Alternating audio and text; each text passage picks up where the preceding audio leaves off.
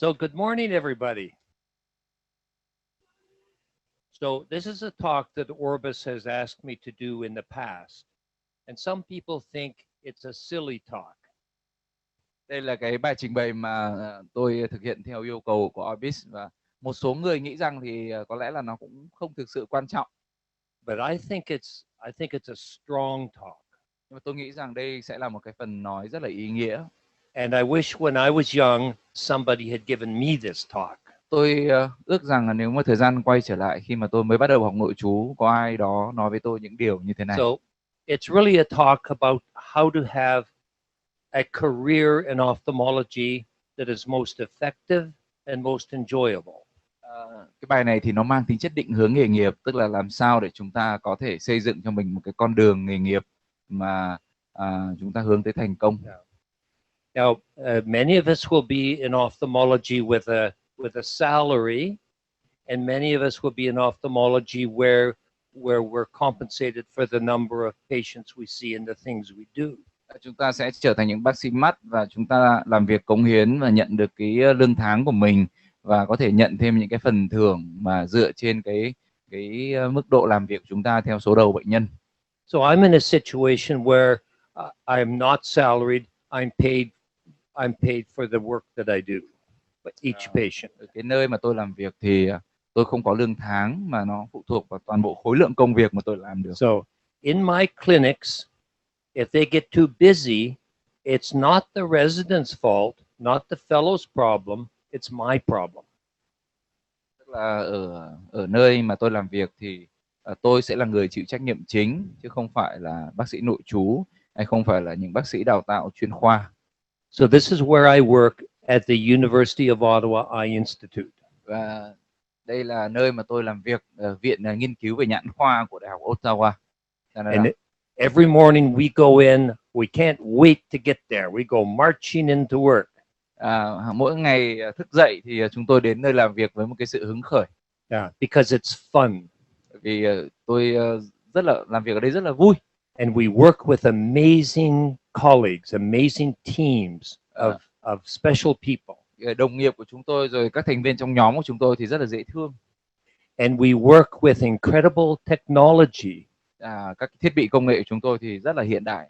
And every day we restore sight to blind human eyes. Và hàng ngày thì chúng tôi làm cái công việc đấy là giữ gìn ánh sáng cho người bệnh. And we research ways to do it better. Chúng tôi làm nghiên cứu để có thể tìm ra những cái phương thức tốt hơn. And we mentor others to do it. Và chúng tôi cũng dẫn dắt những bác sĩ trẻ hơn để làm cái công việc như chúng tôi đang làm. So other people we know in our lives, if they had an opportunity once in their life to restore sight to a blind eye, it would be a highlight of their life. Nếu mà chỉ một lần trong đời thôi bạn làm cái công việc rất ý nghĩa đấy là cứu giúp cho đôi mắt của một con người, thì đó sẽ là cái việc mà and we have the pleasure of doing this. We have the pleasure of doing it every day. Tôi cảm thấy rất hân hạnh khi mà được trao trong tay cái sứ mệnh đó. How do I advance it?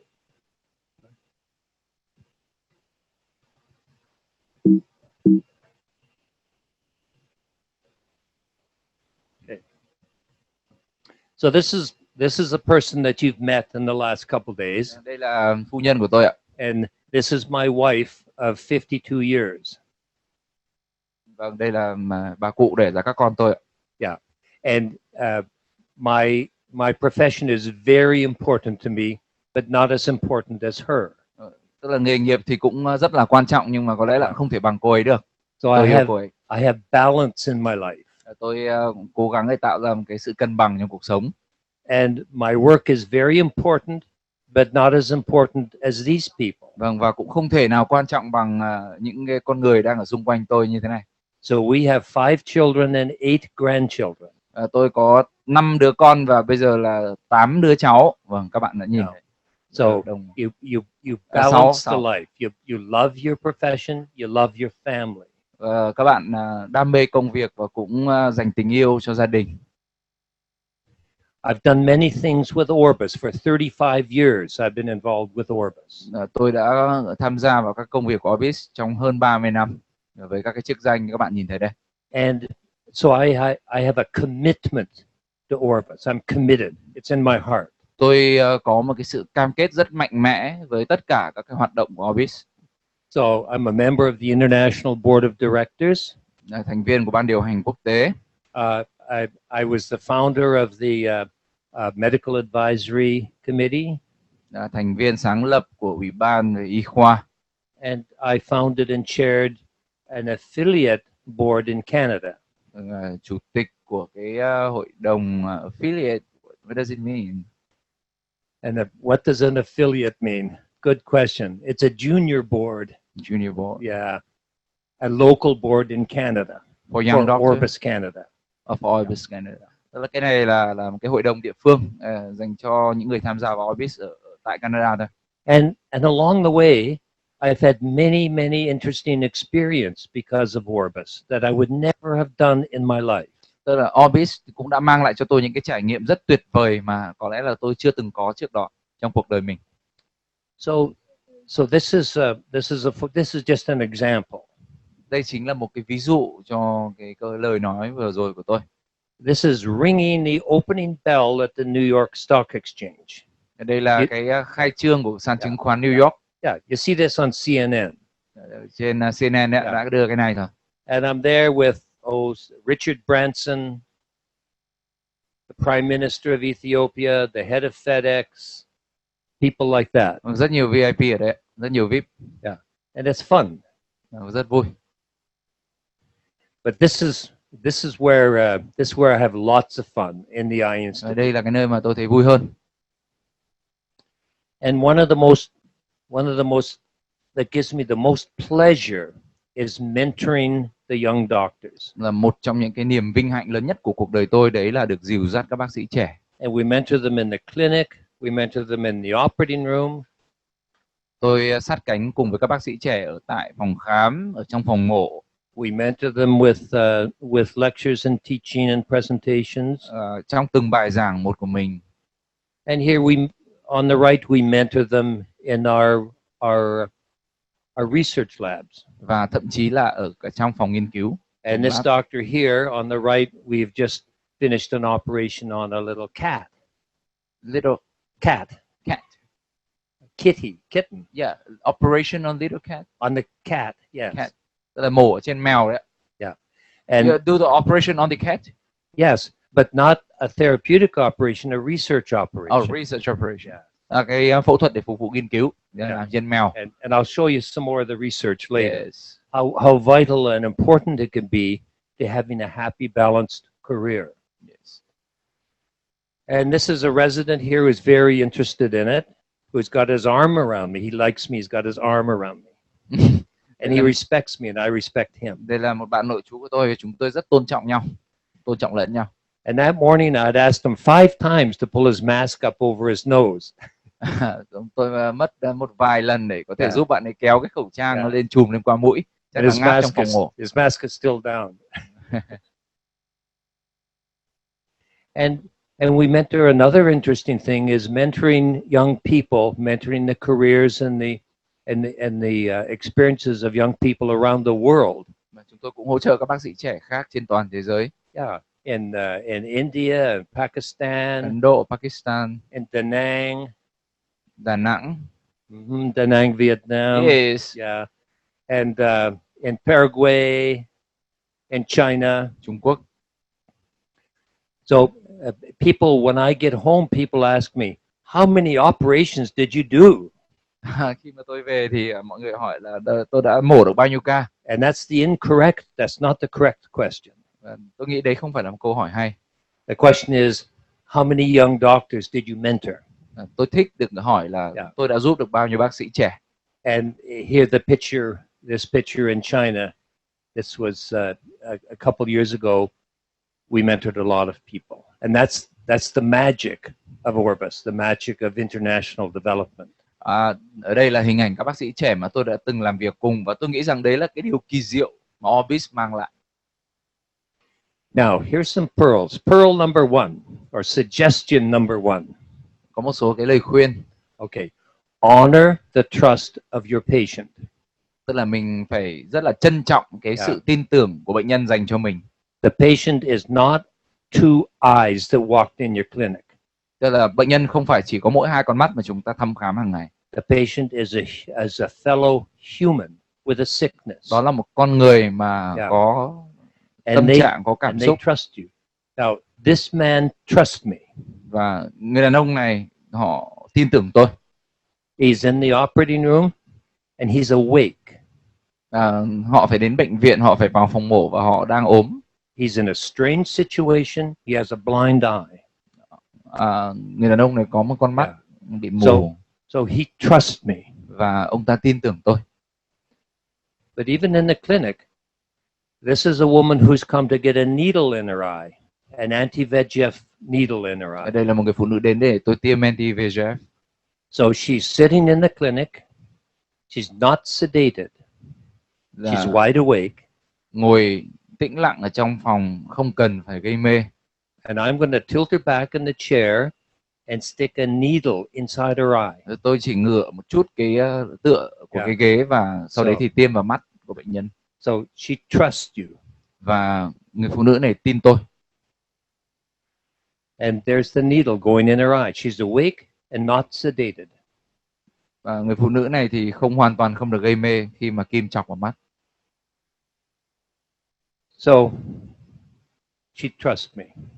Một lần nữa tôi phải nhắc lại là cô ấy tin tôi. So honor that trust. She trusts me. It's an honor that she trusts me. It's an honor. So I honor her. Sự tin tưởng của bệnh nhân là một cái niềm vinh hạnh. And chúng ta phải nâng niu. Every time I know this is a person, not an eyeball, it's a person. Và tôi luôn luôn nhận thức rằng trước mặt mình là một bệnh nhân, một con người chứ không phải chỉ là một con mắt. Who is displaying an enormous amount of trust. The second pearl is always be nice. Lúc nào mình cũng phải lịch sự, cởi mở. And don't forget this. Và đừng quên cái nguyên tắc này. Yeah, it's very important. You heal people, you treat people. They trust you. Be nice to them. Tức là họ tin tưởng, họ giao phó con mắt của họ vào tay chúng ta và chúng ta nên thân thiện, cởi mở với họ. And be nice to them even if they're not nice to you. Tức là mình đối xử tốt với họ cũng là mình tôn trọng mình là đối xử tốt với bản thân mình. She's not nice to me, but I'm nice to her. Cô ấy không được thân thiện với tôi lắm nhưng mà tôi vẫn rất là thoải mái với cô ấy. And sometimes there are patients who treat you so mean or so rude to you, and I smile and I'm nice to them, and before too long they respond, and then your practice is much happier. There's harmony. Cái này giống đạo Phật, tức là mình có thể người ta không tốt với mình nhưng mà mình vẫn đối xử tốt với họ và dần dần họ sẽ nhận ra, cảm hóa được họ và rồi họ sẽ thay đổi. I mean, this little girl, you just want to smack her, but of course you don't. Nhìn cái mặt này là muốn tát một cái. You be nice là chúng ta không tát, and kind and gentle. And lịch sự, nhẹ nhàng. Và we all took the Hippocratic Oath. Và chúng ta phải tuyệt đối tôn trọng cái lời thề Hippocrates. And we're nice to them in the way we treat them. The surgical safety checklist is very important. The informed consent is very important. Vấn đề an toàn, vấn đề pháp lý khi điều trị, đây là cái form đồng ý điều trị của bệnh nhân. Yeah. The surgical safety checklist, it's vital. Cái danh sách kiểm tra trước phẫu thuật cực kỳ quan trọng. Nó có tính sống còn đối với nghề nghiệp của chúng ta. So when I entered practice as a vitreoretinal surgeon in 1976, I made a pledge to myself. Khi mà tôi bước chân vào cái nghề dịch kính võng mạc từ năm 1976 thì tôi có một số nguyên tắc cho bản thân mình. I pledged that I would treat my patients with dignity. Tôi sẽ điều trị bệnh nhân với tất cả sự chân thành của mình. That I would not cheat with my billing. Hoàn toàn không bị chi phối về chuyện tiền bạc. That I would never ever operate the wrong operation on the wrong body part on the wrong person. Tôi sẽ không bao giờ mổ nhầm. So from the day I entered practice, I had my own surgical safety checklist. Từ cái ngày mà tôi chập chững bước vào nghề, tôi đã cố gắng bảo vệ cái nguyên tắc của chính mình. And part of this is because I'm also a pilot, and pilots are very big on checklists. Là tôi cũng giống như một người lái máy bay, tức là cũng phải rất là nghiêm ngặt trong cái chuyện kiểm tra danh sách. there are a lot of similarities between aviation and medicine. Có rất nhiều cái sự tương đồng giữa hàng không và y khoa. And one of those is harmony in the team. Tức là cái sự hài hòa trong cái nhóm làm việc của mình. And everyone in the cockpit and everyone in the operating room has the responsibility to question any decision that's made by anybody else. Tức là tất cả những người trong phi hành đoàn cũng như tất cả các thành viên trong phòng mổ đều có nghĩa vụ là phải đặt câu hỏi với tất cả những cái gì bất thường xảy ra trong công việc của mình. So, another pearl is always be careful. Luôn luôn cẩn thận. Cần tắc vội này đấy. So every time I see a patient, even when I was seeing patients in your hospital the other day, every time a patient comes, I say to myself, be careful. Lúc nào mình cũng phải rất là cẩn thận khi mà mình tiếp xúc với bệnh nhân. So this is a patient that I saw in the clinic, and it was seen by a retina fellow. Đây là một bệnh nhân mà một học trò của tôi xem. And the fellow wanted to see many patients. See one patient quick, see another patient quick, see another patient quick. Anh này thì rất là vội và muốn tăng cái guồng khám bệnh nhân lên. So I said to him, this is a Valsalva hemorrhage. Đây là cái xuất huyết do cái Valsalva, do cái áp lực. So I said, is there any other pathology in the eye? And he said, no. Liệu thì thầy mới đặt ra cái vấn đề là liệu có cái bệnh lý gì khác ở tại mắt không? Thì anh ta trả lời là không. So I said, well, what's this? There's a chorioretinal scar. It's right next to what he was focused. He was so focused on that he didn't see that or pay attention to it. Mình nhích sang một tí thì ngài thấy ngay có một cái sẹo hắc võng mạc ở cạnh cái đám xuất huyết này. And another fellow, we were doing a case together in the clinic, and I said, is the patient phakic or pseudophakic? And he said, one or the other. Khi mà tôi hỏi học trò của tôi là bệnh nhân này đã có thể tinh chưa, hay đã đặt thể tinh hay chưa đặt thể tinh, thì anh ta lấp lửng mà có thể một trong hai bên. So we went into the chart, and the patient had cataract surgery 3 months before. Bệnh nhân đã mổ thể tinh trước đó 3 tháng. And his name was on the surgical report. Và cái tên thì nó nằm ở trong cái báo cáo phẫu thuật. And there was loss of vitreous. Và cũng là mổ dịch kính. Yeah. So, and he didn't even know that when he presented the patient to me. He was in a hurry. Tức là đến cả những chi tiết đấy mà anh học trò cũng không nắm được bởi vì quá vội vã. So I said, look, if the clinic gets busy, that's my fault. You just take your time with every patient and do your tất best. cả mọi thứ bận rộn ở trong phòng mạch thì là lỗi của tôi. Còn việc của anh là phải khám cẩn thận từng bệnh nhân một. And here's another. This was a colleague in another city was doing an Ozurdex implant. Đây là một cái trường hợp tiêm Ozurdex của một bệnh nhân từ một đồng nghiệp khác của tôi ở một cái thành phố. And the patient came to me, and there's the Ozurdex. Is the Ozurdex supposed to be there? Đây là Ozurdex được tiêm vào ạ. So from right here on to the right, that Ozurdex is in the lens. Tức là in the crystalline lens of a young woman with uveitis. Đây là thế này, nó là phi thẳng vào trong thể tinh rồi đấy ạ. Bệnh nhân này có viêm màng màu đào nữa. So there were two things. The colleague who did this was not careful. It should not go anywhere near the lens. Tức là cái quy trình thủ thuật là có vấn đề rồi. And then the colleague inspected it with the slit lamp and did not note, just quick look, did not notice it was in the lens. Và ngay cả khi mà khám lại trên sinh vi thì cũng không để ý và cũng chỉ nhanh chóng để đẩy bệnh nhân đi. So this patient had trusted my colleague to do a good job. Bệnh nhân này họ đã tin tưởng đồng nghiệp của tôi và họ kỳ vọng là đồng nghiệp sẽ làm tốt. Yeah, there was lots of trust, but the trust was not honored. Và như vậy là đồng nghiệp của tôi đã đánh mất niềm tin từ phía bệnh nhân và đánh mất danh dự. So the people that I'm mentoring, I encourage them to take a case, to take a chart and open it like a birthday gift. Tức là mình cảm tìm cái niềm đam mê hứng khởi trong công việc của mình. And enjoy the chart, enjoy talking to the patient, enjoy talking to the family. Mình phải cảm thấy là nói chuyện trò bệnh nhân hàng ngày nó cũng là một cái thú vui. Because it's not a pair of eyes, it's a person, it's a human. Cái đấy nó không phải là chỉ là có một con mắt đơn thuần mà đấy là một con người. And everybody loves the birthday gift. Tất cả mọi người thì đều thích ăn bánh sinh nhật. And that's what I look like every time I see a new patient. Mỗi khi mà tôi gặp bệnh nhân thì tôi cũng vui vẻ như thế, như cô bé đấy. And we have fun with the patients. Chúng tôi tìm thấy niềm And vui khi làm việc với bệnh nhân hàng ngày. they know we're very, very serious, but they know that we enjoy seeing them. Họ biết là cái bệnh của họ thì cũng nặng, nhưng mà chúng tôi rất là thích khi được gặp họ hàng ngày. Pearl number 3, honor the trust of your colleagues. Tức là mình phải trân trọng cái sự tin tưởng của đồng nghiệp. This is a young man who's a graduate from a very good university, a very good medical school, who chose to do his 4 years of eye surgical training with us. Một đồng nghiệp rất trẻ, tốt nghiệp trong trường y danh tiếng và quyết định học phẫu thuật nhãn khoa trong 4 năm. And he had a lot of opportunities, but he chose us. Nên là bạn này có rất nhiều cơ hội, nhưng mà cuối cùng bạn đã chọn. So he trusted us. Bạn đã tin tưởng cái chương trình của ông. And we honor that trust. Và chúng tôi cảm thấy vinh dự về điều đó. We treat him with dignity and respect. Chúng tôi cũng đối xử với bạn ấy rất chân thành. And some humor. Có một chút hài hước nữa.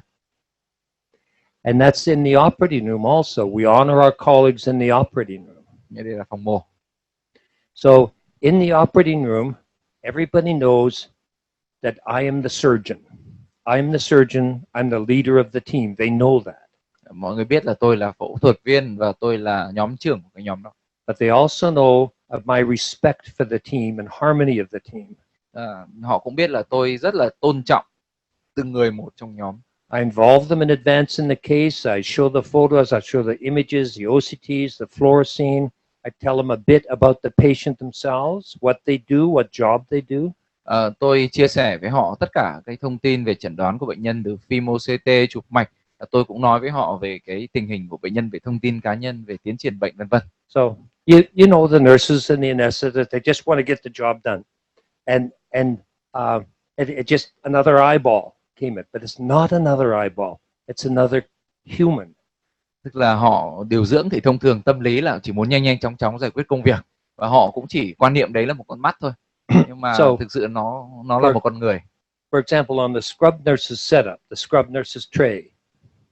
Trong cái khay của điều dưỡng, I would never ever reach and take something off their tray. Không bao never giờ do that. Tôi tự thò tay vào để tôi lấy dụng cụ. That's their job, their responsibility, and I honor their responsibility. Cái việc đưa dụng cụ là trách nhiệm của họ, và tôi tôn trọng cái công việc của họ. And I would never be mean or say something mean to them or get mad at them. Never get mad. Không bao giờ tôi nóng giận, không bao giờ tôi trút giận của họ. If there's something you want to say to them, say it really nicely or talk to them later in private. Nếu mà có một cái gì đấy mình muốn nhắc nhở họ thì sẽ nói sau ca mổ, hoặc là mình sẽ trao đổi mang tính cá nhân trong phòng riêng. And I involve them in decisions. If a patient comes in and there's a latex allergy, tôi xin ý kiến họ trong các cái quyết định của mình. So we talk to each other. Do you think this is a real latex allergy? And we discuss it and then make a decision together to cancel a case or take special rất tôn trọng precautions. cái ý kiến của điều dưỡng. Now this is, do you remember Brad Pitt? You recognize him now? This is an ophthalmologist from Palestine. Palestine. In Israel. Palestine. Yeah. Israel. Israel. Đó là đây là một bác sĩ nhãn khoa từ Palestine. And he spent 2 years doing retina surgical training with us. Đã dành 2 năm để học phẫu thuật dịch kính võng mạc ở đó. And this was taken on his last day at the end of the last operation. Đây là cái ngày cuối cùng của ca mổ cuối cùng trong cái chương trình đào tạo. So at this point it was very sweet. Và bạn ấy thì rất là ngọt ngào, rất là dễ thương. So he knew that I knew. Anh ta biết rằng thầy cũng biết. And I knew that he knew. Thầy cũng biết là anh ta biết. That in his 2 years he had become a better surgeon than me. Là trong 2 năm là anh ta đã có những cái bước tiến rất là vượt bậc về phẫu thuật dịch kính võng mạc. And that is the greatest honor that a mentor can have, to mentor someone to be better than them. Tôi cảm thấy rất là hạnh phúc khi mà chứng kiến những cái bước trưởng thành của học trò mình. Tôi cảm thấy hạnh phúc về điều đó. And we stay in touch with each other. We text, we email. Và chúng tôi bây as, giờ thì vẫn as còn we, giữ liên lạc. as we will. Giống như cách mà chúng ta đang làm bây giờ. So this is in Hanoi in November 2004. Cái bức ảnh này thì tôi chụp ở Viện Mắt Trung ương ở Hà Nội năm 2004. Đây là những gương mặt chủ chốt của bệnh viện đấy ạ. Do you recognize anybody here? Yes. Yeah. Yeah. And so there had been a group from San Francisco had come to Hanoi to the National Institute of Pediatrics. Tức là có một cái nhóm chuyên gia quốc tế từ San Francisco đến Hà Nội để hỗ trợ về lĩnh vực nhãn nhi. And they started a NICU, a neonatal Và intensive bắt đầu care từ unit. cái đơn vị hồi sức của trẻ sơ sinh. Yeah. So at this point they were saving children up to 1,200 grams. Tức là ở đây là họ có thể nuôi được những trẻ mà đẻ non tới cái mức là nặng có khoảng 120 gram. And this was 1.200 gram, xin lỗi. And this was new in this country. Before that, everyone who was premature, they either survived or did not survive. Cái này nó là một cái bước tiến vượt bậc về lĩnh vực sơ sinh, bởi vì trước đấy thì gần như những cái trẻ trọng lượng này không thể sống nổi. So what happened here is that suddenly, at this time, there was ROP in Vietnam, and there'd never been ROP. Rất là trùng hợp là cái điểm này thì ROP là bùng phát ở Việt Nam với bệnh võng mạc trẻ đẻ non. And the people from San Francisco had not accounted for that. Và cái nhóm từ San Francisco thì lại không phụ trách cái việc này. So Orbis got involved right away. Và ngay sau đó thì Orbis đã hành động. And we took ophthalmologists from your center. Có một số các the đã National lựa chọn. Institute of Ophthalmology, and we brought them to America, to Canada, and to Ngay sau đó Carolina. thì một số bác sĩ nòng cốt trong cái lĩnh vực nhãn nhi đã được lựa chọn để sang Mỹ, sang Canada để học. And we gave them training in the diagnosis and management of ROP. Học rất sâu về chẩn đoán và điều trị bệnh võng mạc trẻ đẻ non. And we found that the hardest part was not getting the ophthalmologist on board, it was getting anesthesia on board. Và cái khó hơn nữa là vấn đề gây mê trẻ sơ sinh. Because you come with a little baby, a little person this big for an anesthetic, and the anesthetist hide behind doors, hide under beds, run away. Là cái vấn đề gây mê của một cái đứa trẻ nó nhỏ như thế rất là khó. So we brought 6 anesthetists from Hanoi to Canada. Và sau đấy lại là một nhóm 6 bác sĩ gây mê của mắt nhi đến Canada. And we gave them each a 6-month course in neonatal anesthesia, and Canada donated 2 neonatal anesthesia machines. Và họ đã dành 6 tháng đào tạo rất tích cực ở đơn vị hồi sức sơ sinh. Và sau đấy thì bản thân người dân Canada đã đóng góp để mua 2 cái máy thở. So you know I haven't changed at all since 2004. Tôi vẫn như ngày xưa, vâng. Như ngày nào. Vâng. So, but he is a little bit older now. Và anh ta thì đã già hơn một tí. Bây giờ. But this guy still looks young and still has all his hair. Mà cái anh đấy thì vẫn trẻ như vậy. And they're friends and we're in touch. Và chúng tôi vẫn giữ liên lạc. Đây là tên là bác sĩ Quý. Trước ở bệnh viện, sau đấy thì chuyển qua làm cho Orbis. And now these are some of your colleagues here. And this is on the Flying Eye Hospital in 2015 in Hanoi. Đây là các đồng nghiệp của các bạn đến từ Bệnh viện Mắt Trung ương tham gia vào chương trình Bệnh viện Bay năm 2015. And they're amazing people. They call me grandfather. Và họ gọi tôi là ông. Đây là những con người rất xuất sắc. And they're very focused. Rất là tập trung, toàn các trai xinh gái đẹp đấy. And they're very good. Rất xuất sắc. Yeah. So of the people in the picture, which one of these people is the most precise, most gifted ROP surgeon? Ở trong này thì có một phẫu thuật viên mà rất là xuất chúng trong cái chuyện mổ dịch kính cho trẻ đẻ non. Okay. Not him. Her. Đây là chị Thu Minh. Đây là chị Thu Minh, phó trưởng khoa chấn thương của Bệnh viện Mắt Trung ương, chuyên gia hàng đầu của Việt Nam về phẫu thuật dịch kính nhi. Tất cả các ca mổ của nhi. I'm introducing about her. Yes. Mrs. Thu Minh. She's my clinical supervisor. Chị Thu Minh này là một chuyên gia rất giỏi về phẫu thuật dịch kính nhi. Đôi bàn tay của chị thì khá là nhỏ nên là rất vừa với mắt của tụi nhỏ, tụi trẻ con ấy, nên là mổ rất khéo tay. Hầu như là tất cả các ca mổ về dịch kính nhi của viện mắt và thậm chí là những ca chuyển từ trong Nam ra là tất cả đều là chị mổ. So respect your colleagues. Chúng ta tôn trọng đồng nghiệp của nhau. Okay. And my colleagues, the nurses in the operating room, every year I take them out for a dinner. Các điều dưỡng của tôi trong phòng mổ thì hàng năm thì tôi đều rủ họ đi ăn. And we have a slideshow, and a slideshow from work, slideshow of baby pictures when they were small that I got. Slideshow. Yeah. Slide like this, a slideshow. Chúng tôi có những cái slide để yeah. And we have fun. Chúng tôi vui với nhau. Lots of fun. Quẩy ạ. Vâng. My wife says too much fun. Vợ tôi thì còn hoành tráng hơn. You recognize all those people. Yeah. And this was the international board of directors 15 years ago of Orbis. Đây là cái hội đồng điều hành Orbis quốc tế 15 năm. This was the founder of Orbis. Đó là thành viên sáng lập của Orbis. So there's always room for fun. Lúc nào cũng rất là vui vẻ. Yeah. So he's dead. He's dead. He's dead. He's dead.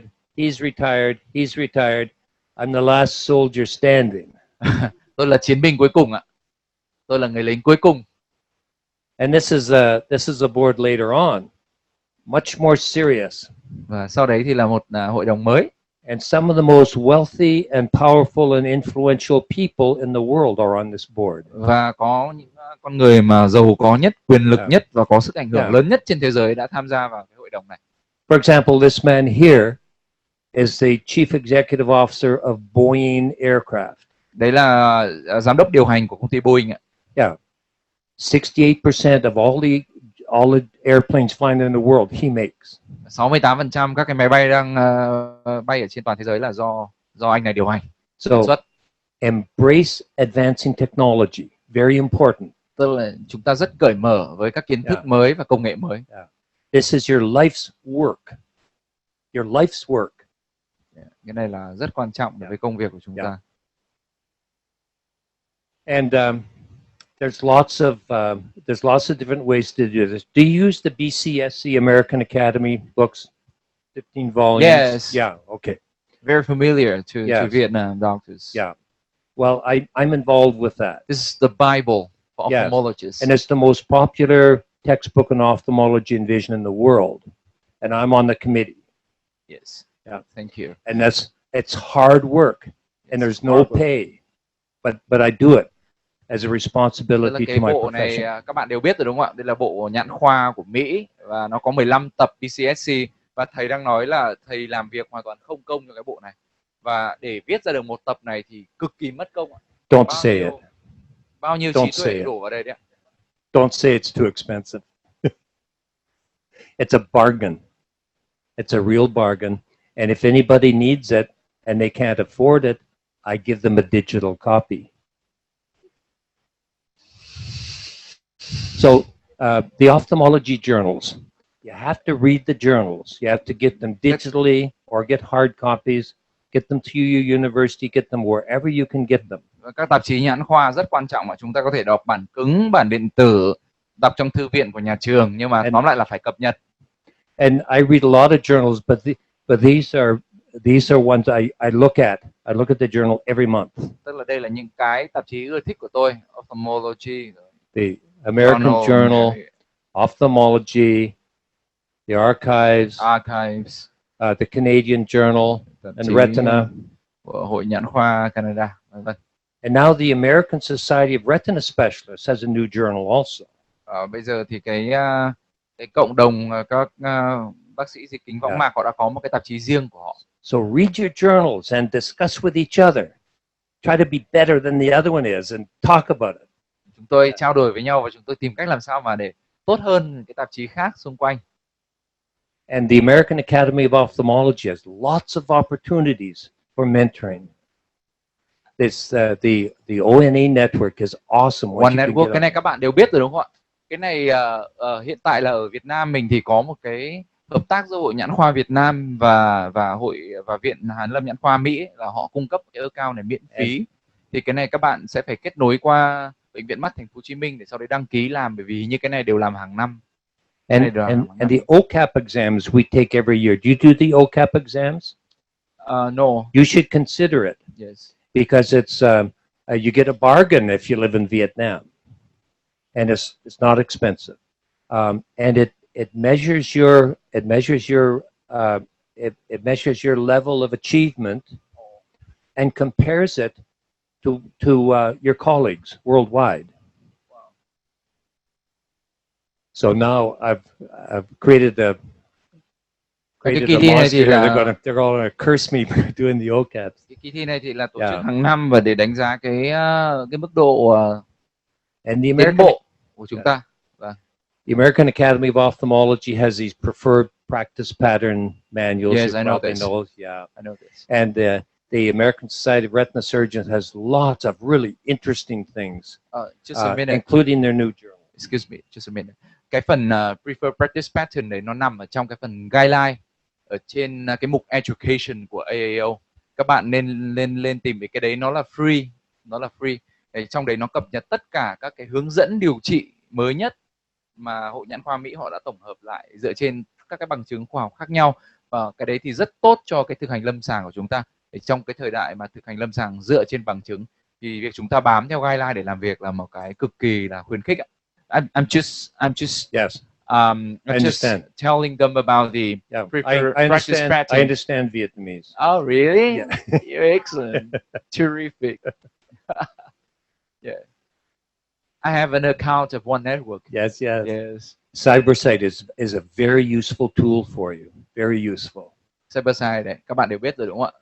Hàng tuần thì có live lecture. Yes. Right? It's unique and it's useful. Yeah. Rất là độc đáo và rất là hữu ích. And it's free.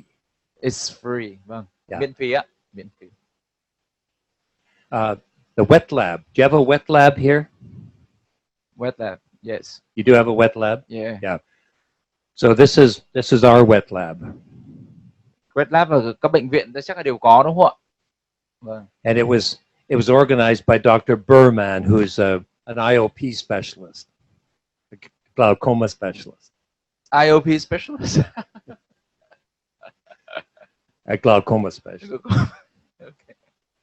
And it's very well organized, and it's structured, and there's a curriculum, and not only him, but the cornea people come in, the other people come in, and it's very well equipped. Tức là đây họ tổ chức cái wet lab này rất tốt và có các cái khóa bài bản. And you can do it digitally as well. There's a digital mentoring device there. Cái này có thể đây là thiết bị mà chúng ta làm ở trong dạng mô phỏng. Bị mô phỏng. And these are some of our colleagues. Số đồng nghiệp của tôi. And here's a colleague you may recognize right there. She's sitting right there. Các bạn có nhận ra cô gái trong ảnh không ạ? So she's the chief resident. She's mentoring a younger resident. Đây là sếp trùm của nội trú đấy ạ. Oh, they're all part of the team. Thế là bây giờ họ là một nhóm và cô ấy lại cũng đang dìu dắt những nội trú trẻ hơn vừa mới vào. So you need hands-on training on human eyes. That's necessary. You cannot be an ophthalmologist if you don't have that. Ví dụ với nhãn khoa thì các bạn cần phải có cái đào tạo kèm cặp. But it is so valuable if part of your learning curve is just with electrons or on non-real or animal eyes. Thế còn sẽ an toàn hơn nếu mà các bạn khởi đầu với mắt của động vật hoặc là với các thiết bị mô phỏng. And it's structured, and they're graded on it. Là có điểm. And it's competitive. Rất là tương đối là cạnh tranh đấy ạ. Và có thể thi với nhau những cái này vui phết. Yeah. Học viên kìm kẹp này đúng không ạ? And we have one on Orbis as well. Another thing with developing technology is interesting things like 3D printing. Công nghệ in 3D.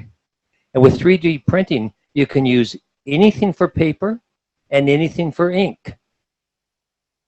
Ink? Yeah, you know, ink on paper.